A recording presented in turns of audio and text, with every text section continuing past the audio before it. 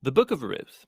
It's a brilliant work of theological art, and it invites us to reflect on the question of how God is involved in the day-to-day joys and hardships of our lives.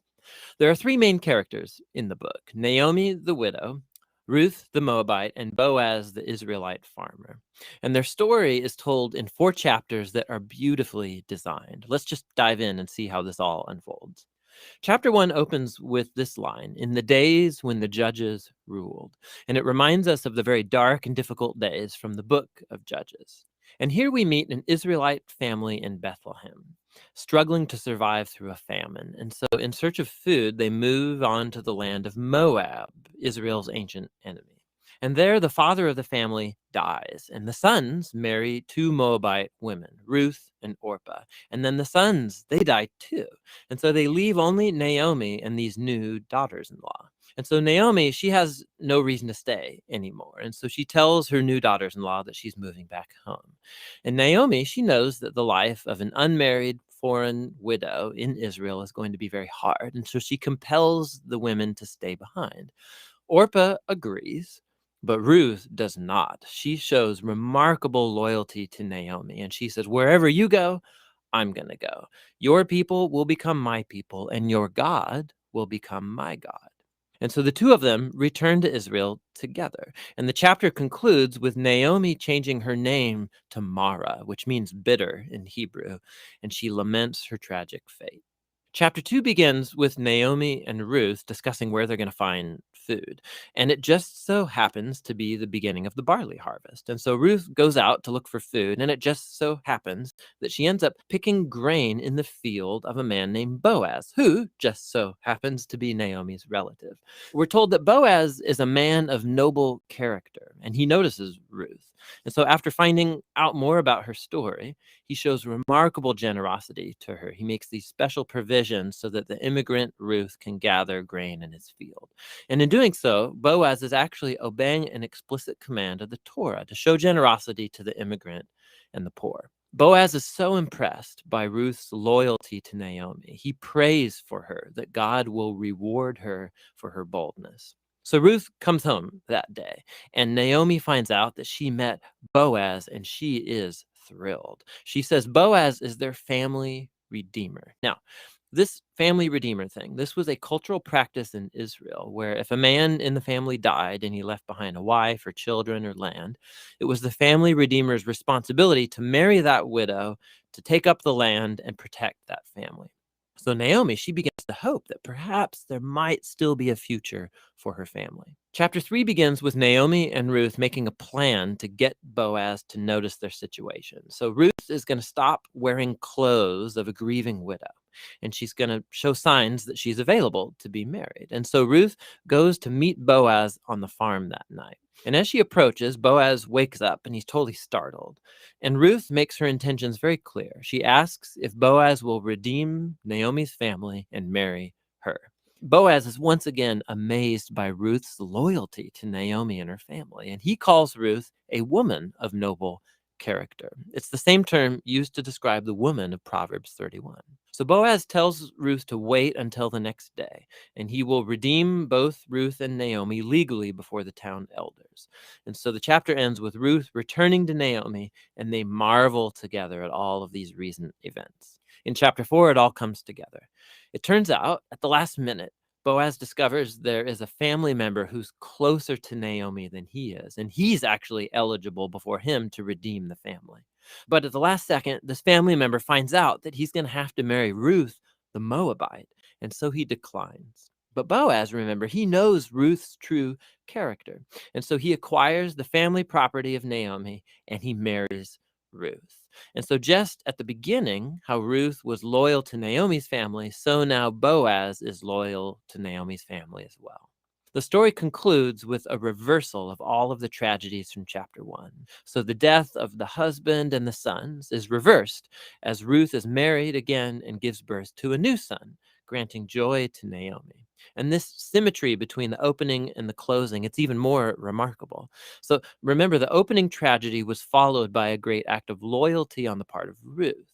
And that is now matched by Boaz's act of loyalty that leads to the family's final restoration. And this symmetry, it highlights the design of the internal chapters as well. So each of the chapters begins with Naomi and Ruth making a plan for their future, and that's followed by a providential meeting between Ruth and Boaz, and each chapter concludes with Naomi and Ruth rejoicing at what's taken place. This story is beautifully designed, and that design actually connects with a really interesting feature of the story, and that's how little God is mentioned. Right? The characters talk about God a few times, but the narrator actually never once mentions God doing anything directly in the story, and that's its brilliance. Because God's providence is at work behind every scene of this story, weaving together the circumstances and choices of all these characters. So Naomi, her tragedy leads her to think that God is punishing her, but actually the whole story is about God's mission to restore her and her family. And he's doing so through Ruth, through her boldness and loyalty, which brings healing to Naomi's life, but not without Boaz, who's a no-nonsense farmer who's full of generosity and loyalty. And so God uses his integrity combined with Ruth's boldness to save Naomi and her family. And so this story brilliantly explores the interplay of God's purposes and will with human decision and will. God weaves together the faithful obedience of his people to bring about his redemptive purposes in the world. And that leads to the real end of the story. The book of Ruth concludes with a genealogy, showing how Boaz and Ruth's son, Oved, was the grandfather of King David, from whom came the lineage of the Messiah. And so all of a sudden, these seemingly mundane, ordinary events in this story are woven into God's grand story of redemption for the whole world. And so the book of Ruth invites us to consider how God might be at work in the very ordinary, mundane details of our lives as well. And that's what the book of Ruth is all about.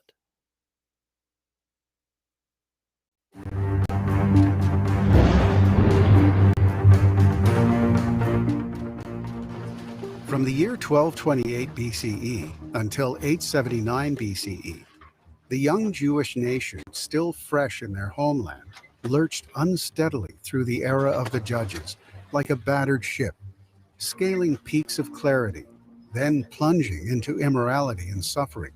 In the midst of this turmoil, a severe famine struck the Holy Land. Elimelech, a wealthy leader from the tribe of Judah, escaped the hunger by relocating from Bethlehem to the hostile pagan country of Moab, along the Holy Land's eastern border, with his wife Naomi and 2 sons. This outstanding Judean family attracted attention. The boys married Moabite princesses, daughters of King Eglon, and granddaughters of the biblical King Balak of Moses' times. Elimelech and his sons met early deaths, and Naomi desired to return to Bethlehem. She urged her childless Moabite daughters-in-law to re-embrace their pagan countrymen. Princess Orpah returned to her idols and depraved lifestyle, and she bore the villainous giant Goliath, who blasphemed the God of Israel and was slain by King David. But Princess Ruth refused to leave Naomi. She cherished her noble mother-in-law and had fallen in love with the God of Israel. Eventually, Ruth became the heroine of all righteous converts. But at the time, she and Naomi found themselves starving in the streets of Judah. God guided Ruth's steps to the fields of Boaz, a famously righteous man and an elderly relative of Naomi's deceased husband, Elimelech. Boaz was struck by Ruth's modesty and righteousness. He guided Ruth in collecting agricultural gifts to the poor prescribed by Torah law, and he offered her protection throughout the harvest season. Young bachelors would have gladly married Ruth, but she sought a man of outstanding saintliness and kindness. Naomi encouraged Ruth to ask the elderly Boaz to marry her. Boaz was moved by Ruth's selfless dedication to her ideals. He first offered Naomi's closer relative the chance to marry Ruth because that man had precedence according to ancient practice. But when the man declined, Boaz and Ruth were married in a joyous public celebration. Ruth's contribution to the Jewish nation altered all of history. She and Boaz had 1 child, a son whom her former mother-in-law Naomi helped raise to righteousness. That child's grandson, who was born in 907 BCE, was none other than King David.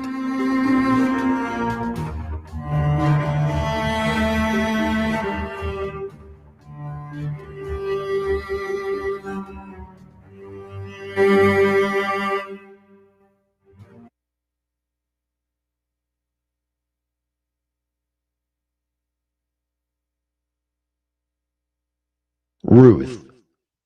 Ruth 1. In the days when the judges ruled, there was a famine in the land, and a man of Bethlehem in Judah went to sojourn in the country of Moab, he and his wife and his 2 sons. The name of the man was Elimelech, and the name of his wife Naomi, and the names of his 2 sons were Mahlon and Chilion. They were Ephrathites from Bethlehem in Judah. They went into the country of Moab and remained there. But Elimelech, the husband of Naomi, died, and she was left with her 2 sons. These took Moabite wives. The name of the one was Orpah, and the name of the other Ruth. They lived there about 10 years, and both Mahlon and Chilion died, so that the woman was left without her 2 sons and her husband. Then she arose with her daughters-in-law to return from the country of Moab, for she had heard in the fields of Moab that the Lord had visited his people and given them food. So she set out from the place where she was with her 2 daughters-in-law, and they went on the way to return to the land of Judah. But Naomi said to her 2 daughters-in-law, "Go, return each of you to her mother's house. May the Lord deal kindly with you as you have dealt with the dead and with me. The Lord grant that you may find rest, each of you, in the house of her husband." Then she kissed them, and they lifted up their voices and wept, and they said to her, "No, we will return with you to your people." But Naomi said, "Turn back, my daughters. Why will you go with me? Have I yet sons in my womb that they may become your husbands? Turn back, my daughters. Go your way, for I am too old to have a husband. If I should say I have hope, even if I should have a husband this night and should bear sons, would you therefore wait till they were grown? Would you therefore refrain from marrying? No, my daughters, for it is exceedingly bitter to me for your sake that the hand of the Lord has gone out against me." Then they lifted up their voices and wept again. And Orpah kissed her mother-in-law, but Ruth clung to her. And she said, "See, your sister-in-law has gone back to her people and to her gods. Return after your sister-in-law." But Ruth said, "Do not urge me to leave you or to return from following you. For where you go, I will go, and where you lodge, I will lodge. Your people shall be my people, and your God, my God. Where you die, I will die, and there will I be buried. May the Lord do so to me, and more also, if anything but death parts me from you." And when Naomi saw that she was determined to go with her, she said no more. So the 2 of them went on until they came to Bethlehem. And when they came to Bethlehem, the whole town was stirred because of them. And the women said, "Is this Naomi?" She said to them, "Do not call me Naomi. Call me Mara, for the Almighty has dealt very bitterly with me.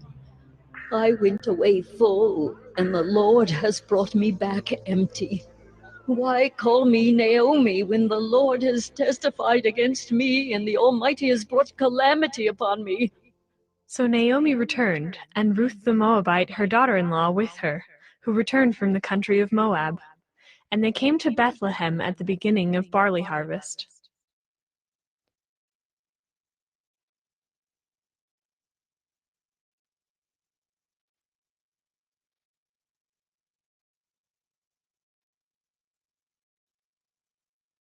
Ruth 2.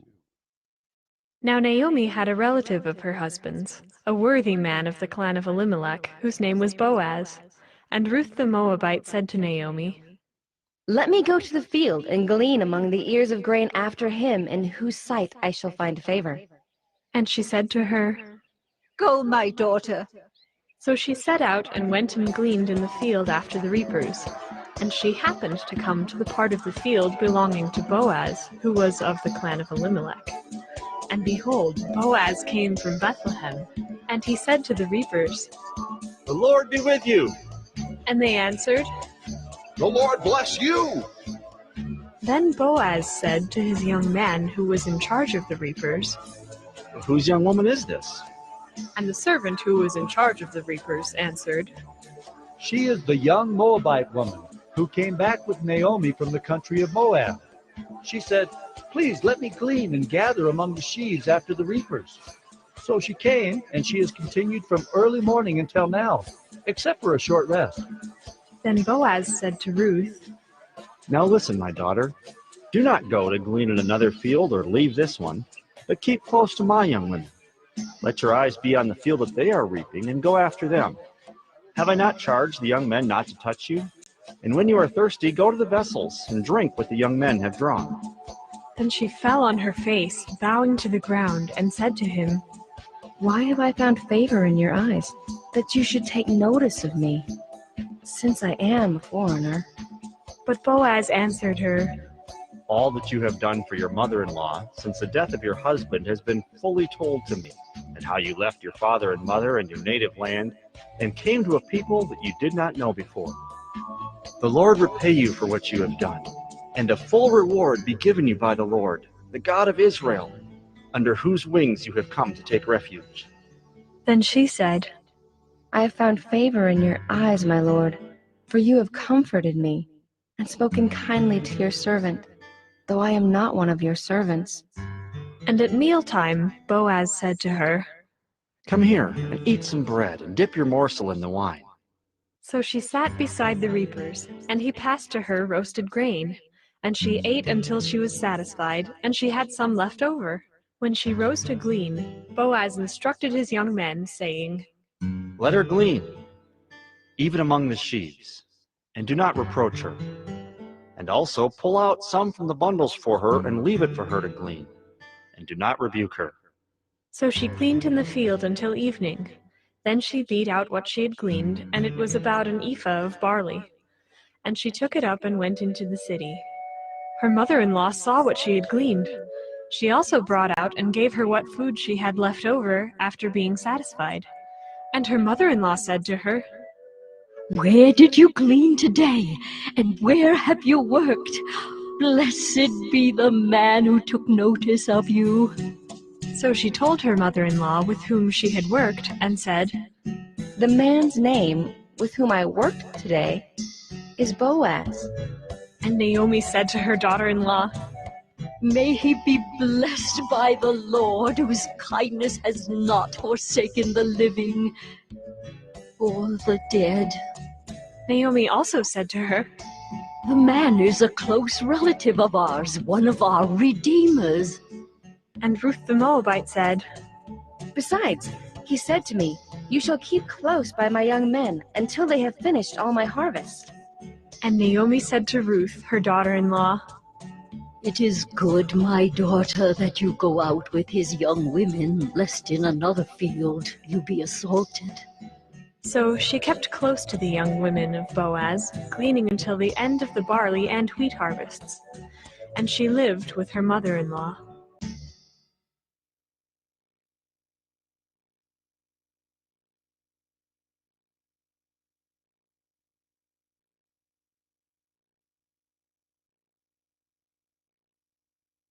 Ruth 3.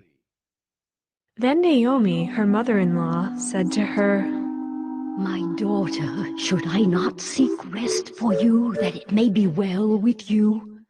Is not Boaz our relative, with whose young women you were? See, he is winnowing barley tonight at the threshing floor. Wash, therefore, and anoint yourself, and put on your cloak and go down to the threshing floor. But Do not make yourself known to the man until he has finished eating and drinking. But when he lies down, observe the place where he lies. Then go and uncover his feet and lie down, and he will tell you what to do." And she replied, All that you say, I will do. So she went down to the threshing floor and did just as her mother-in-law had commanded her. And when Boaz had eaten and drunk, and his heart was merry, he went to lie down at the end of the heap of grain. Then she came softly and uncovered his feet and lay down. At midnight the man was startled and turned over, and behold, a woman lay at his feet. He said, "Who are you?" and she answered, I am Ruth, your servant. Spread your wings over your servant, for you are a redeemer. and he said, May you be blessed by the Lord, my daughter. You have made this last kindness greater than the first, in that you have not gone after young men, whether poor or rich. And now, my daughter, do not fear. I will do for you all that you ask, for all my fellow townsmen know that you are a worthy woman. And now it is true that I am a redeemer, yet there is a redeemer nearer than I. Remain tonight, and in the morning, if he will redeem you, good, let him do it. But if he is not willing to redeem you, then, as the Lord lives, I will redeem you. Lie down until the morning. So she lay at his feet until the morning, but arose before one could recognize another. And he said, Let it not be known that the woman came to the threshing floor. and he said, Bring the garment you are wearing and hold it out. So she held it, and he measured out 6 measures of barley and put it on her. Then she went into the city, and when she came to her mother-in-law, she said, "How did you fare, my daughter?" Then she told her all that the man had done for her, saying, These 6 measures of barley he gave to me, for he said to me, You must not go back empty-handed to your mother-in-law. She replied, "Wait, my daughter, until you learn how the matter turns out, for the man will not rest, but will settle the matter today."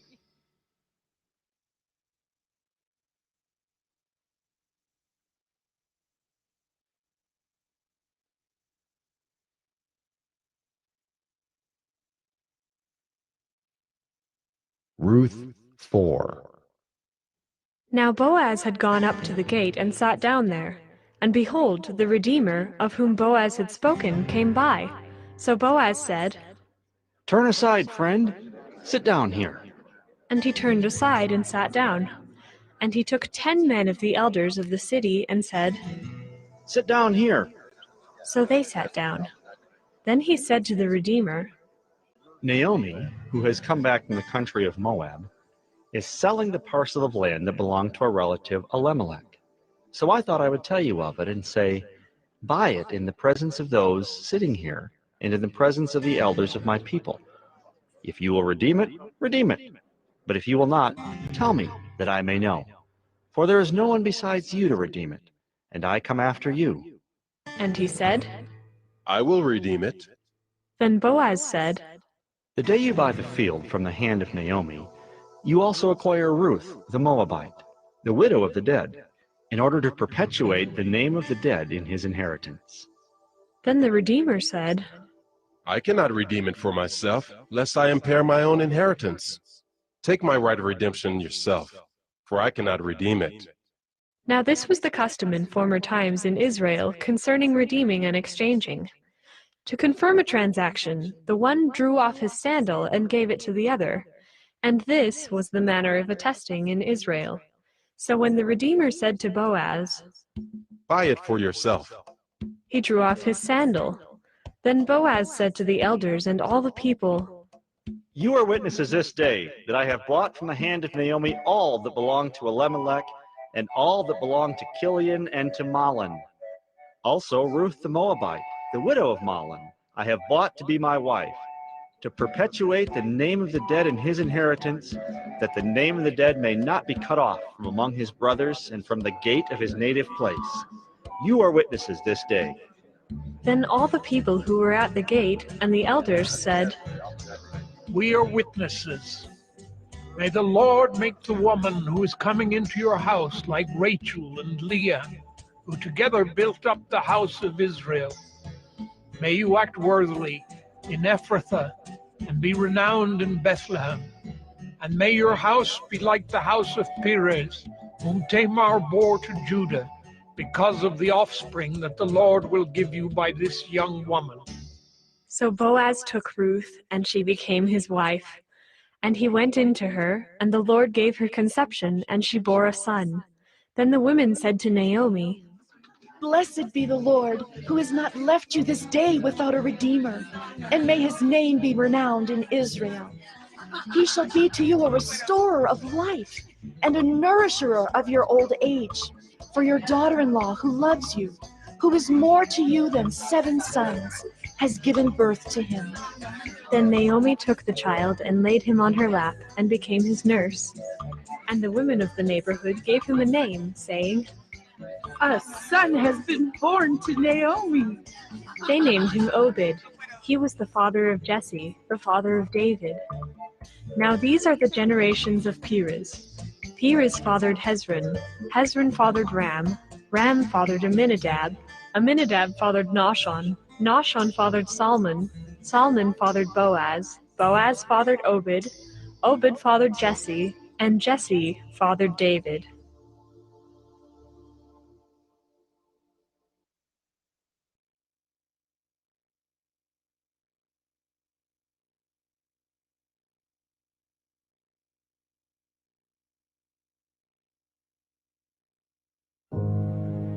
The Bible contains the mind of God, the state of man, the way of salvation, the doom of sinners, and the happiness of believers.